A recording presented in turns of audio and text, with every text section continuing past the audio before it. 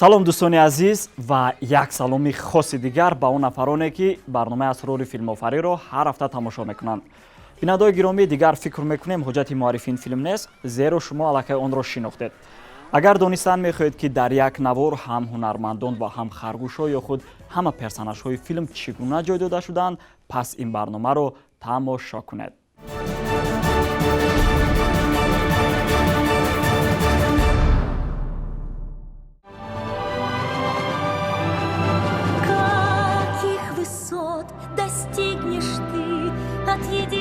Зависит высоты твоих чувств и мечты. харгӯш Питер ва оилаи ӯ дар наздикии хонаи мӯйсафеди кишоварз Макгрегор ба сар мебаранд. харгӯшҳо ҳамеша аз полези ин мард сабзавот ғорат карда дилхушӣ мекунанд. барои онҳо ягон қонуну қоида вуҷуд надорад ва худро соҳибони аслии ин полез месобанд. ғайр аз ин, онҳо бо ин мӯйсафеди тундмиҷоз ҳисоби худро доранд, зеро замоне ӯ падарашонро нобуд карда буд. аммо дертар ин пирамарди баҷаҳл вафот мекунад.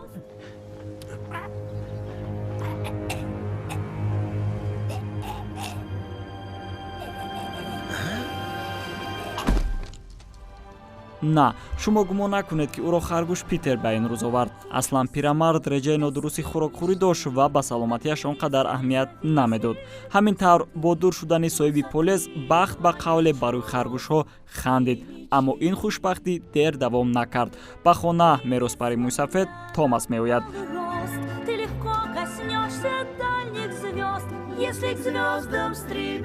ҷавон аз бобояш дида баҷаҳлтар буд ва ҳеҷ чизу ҳеҷ касро ғайр аз худу орзуҳояш дидан намехост. Питери шуху беқарор аз чунин ранг гирифтани кор норозӣ буд ва қарор дод нишон диҳад ки киҳо соҳибони аслии ин полезанд.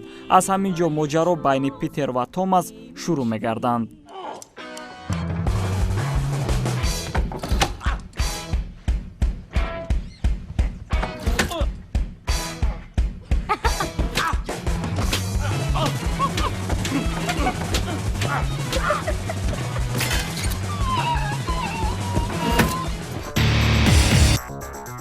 дар идома исрори нависандаи ин қисса Беатрис Поттер барои рӯи экран набаровардани қаҳрамонаш харгӯш Питер. 62 соли интизории ширкати Walt Disney билохир косаи сабр лабрез шуд. оё харгӯшҳо воқеан дар майдони сабт вуҷуд доштанд? ҳақиқат ошкор мегардад. маконҳои сабт, нахустнамоиш, дубляж, ороишоти компютерӣ, ин ҳама дар идомаи барнома.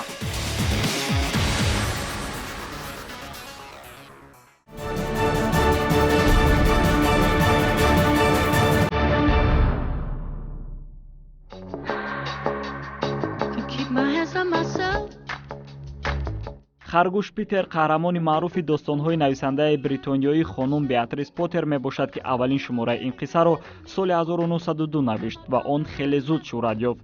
то кунун ин асар дар рӯйхати серхаридортарин китобҳои бачагона қарор дорад ва ҳамагӣ 45 миллион нусха интишор гардида бо 32 забони олам тарҷума шудааст. вақте хур будам, волидайнам ҳамеша афсонаҳои Беатрис Поттерро бароям нақл мекарданд, аммо имрӯз вақте ман онҳоро барои кӯдаконам қисса мекунам, бештар ба шавқ меоранд. ҳайронам ки чаро токунун касе дар ин бора филм сабт накардааст. ман имрӯз бо истифода аз имкониятҳои фарох бо дилу ҷон пай амалӣ намудани ин офарида шудам. ҳайратовар аст ки чунин як персонажи дӯстдоштанӣ маҳз ҳамин сол рӯи экран баромад. мегӯянд солҳои 30 ширкати Дисней барои таҳияи филми тасвирӣ ба нависандаи ин асар муроҷиат кард. аммо Беатрис намехост қаҳрамони дӯстдоштаву аллакай маъруфашро ба фурӯш гузорад.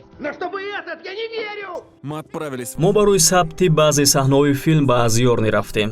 бароям будан дар ҷое ки Беатрис замони қисса мебофт хеле шавқовар буд. инчунин мо аксҳои харгӯшҳои ӯро пайдо намудем, ки хеле аҷиб буд. мо то ҷое тавонистем фазои тасвиркардаи ин бонуи мумтозро дар экран нишон додем.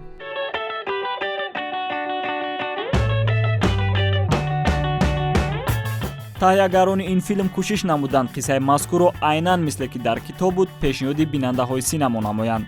аммо соли 1992 пас аз 62 соли пешниҳоди нобарор билохир ширкати Walt Disney филми тасвирии Харгуш Питерро рӯи экран баровард. The gate! The gate! I can see the gate! Stop! Get back here, you wee beast! You stop, thief!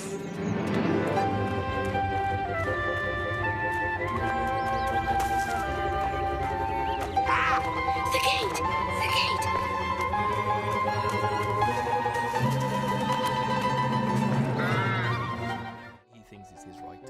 вақте хурд будам ин филми тасвирӣ нав баромада буд ва онро бо чунон завқ тамошо мекардам ки ҳатто харгушҳои худро доштам. ман харгуш Питерро бо он ҳама ҷасуриву шухтабиатиаш токунун дӯст медорам ва бисёр шодам ҳастам ки дар тавлиди дубораи ин достон саҳм гузоштам.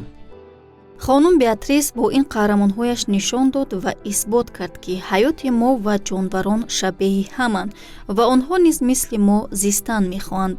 иловатан корнамоӣ ва далерии Питер аз хурдӣ дар ботини кӯдакон ҳисси ҷасуриро бедор менамояд. ин қисса нишон дод ки чӣ гуна як харгуш дар талоши ҳаёт мубориза мебарад ва наздиконашро то куҷо муҳофизат мекунад. Я должен быть вам хорошим братом. Просто без родителей я сам не свой. Я так по ним скучаю. Мы тоже, Питер. Да, очень.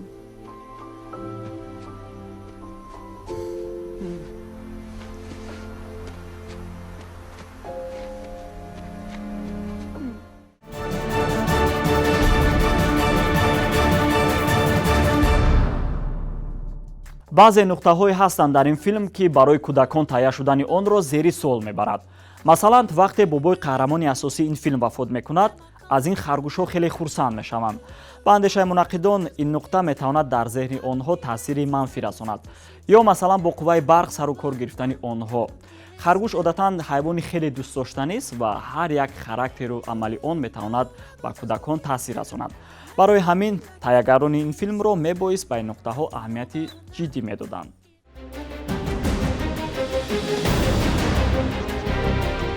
ахиран бозори синамои ҷаҳонро филми Харгуш Питер гарм ва миллионҳоро водор ба дар таҳияи филм $50 миллион амрикоӣ сарф шуда даромадаш дар ҳоли ҳозир наздики $350 миллион ба қайд гирифта шудааст. нақшҳои асосиро дар он Доналд Глисон ва Роуз Бирн иҷро намуда давомнокиаш 1 соату 33 дақиқаро дар бар мегирад. Доналд Глисон дар филм ду нақш дорад. Томасро бинандаҳо мебинанд ва Қурбоқа Фишерро бошад танҳо мешунаванд. яъне дар дубляжи асл ин персонаж бо садои ӯ ҳарф мезанад. ин ҳунармандро ҳамагон ҳамчун генерал Хакс аз ҷанги ситораҳо ва Билл Уизли аз Гарри Поттер мешиносанд. дар филми Харгуш Питер паҳлӯи дигари истеъдоди ӯ нишон дода мешавад, яъне ҳунарманд бори аввал аст ки дар жанри мазҳака нақшофарӣ мекунад. ҳангоми наворбардорӣ ҳар субҳ ӯ бо андешаи он аз хоб бармехест ки имрӯз боз кадом саҳнаи шавқовареро сабт хоҳанд кард. фикр мекунам ки нақши як одами оддиро бозидан душвортар аст. вай характер ва хислати гуногун дорад. бояд дасташ ба ҳама кор расад ва ҳамзамон ҳамаро гӯш кунад. дар асл ман ба қаҳрамон Томас монандам ва ин бароям хеле кӯмак кард. агар мо дар экран харгушҳои зиндаро бинем дар майдони сабт, онҳо танҳо лухтак буданд, на чизи дигар. лухтакҳо ҳам барои он ки қаҳрамон бо чӣ ва ё кӣ сарукор доштанашро хуб дарк кунад ва ҳолатро айнан дода тавонад. ҳоло шумо раванди сабти ана ин саҳнаро тамошо доред. дар он Томас ва Харгуш Питер байни ҳам занозанӣ мекунанд. аммо дар майдони сабт ҳунарманд танҳо бо лухтаки дар дасташ буда гап мезад.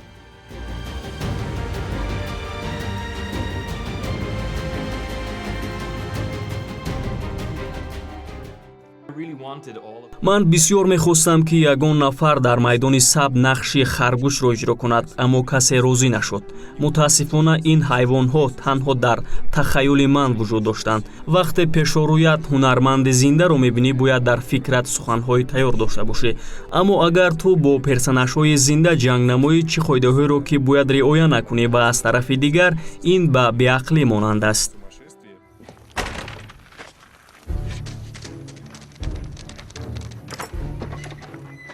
Вот что случается, когда играешь в глупые игры с Макгрегором и выставляешь его дураком.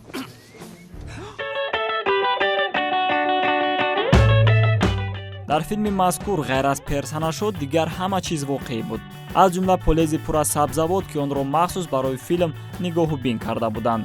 атрофи ҳарду ҳавлиро бо пасманзари кабуд паноҳ карда баъдан дар компютер хонаҳоро дар як макони афсонавӣ ҷой доданд.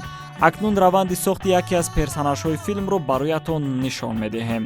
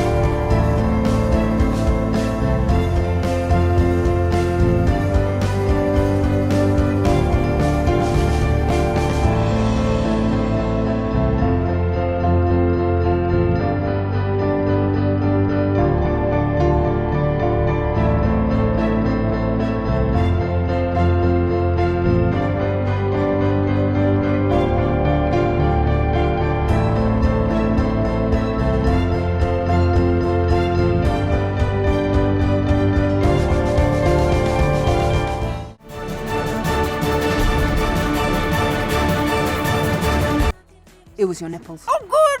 It's okay. I've got 11 more ribs. Should we break both ankles or just one? I'm sorry. That was weird. Yeah, it's actually a bit confusing. Yeah, but coming from the oldest, it just kind of means more. Didn't you try to eat me? Show me your teeth. It was you! I knew it! How are you? So good to got rid of him. Who's hungry? Bite into those guys. ба нақшҳо дар дубляжи асл Джеймс Корден, Фейсал Бези, Сия, Колин Муди, Сэм Нил, Марго Робби, Элизабет Дибики, Дейзи Ридли ва Роуз Бирн овоз доданд. ба андешаи ҳамаи ҳунармандоне ки дар овоздиҳии ин филм саҳм доштанд, кор кардан дар он барояшон роҳат дошт ва онҳо ин лоиҳаро ҳаргиз фаромӯш нахоҳанд кард.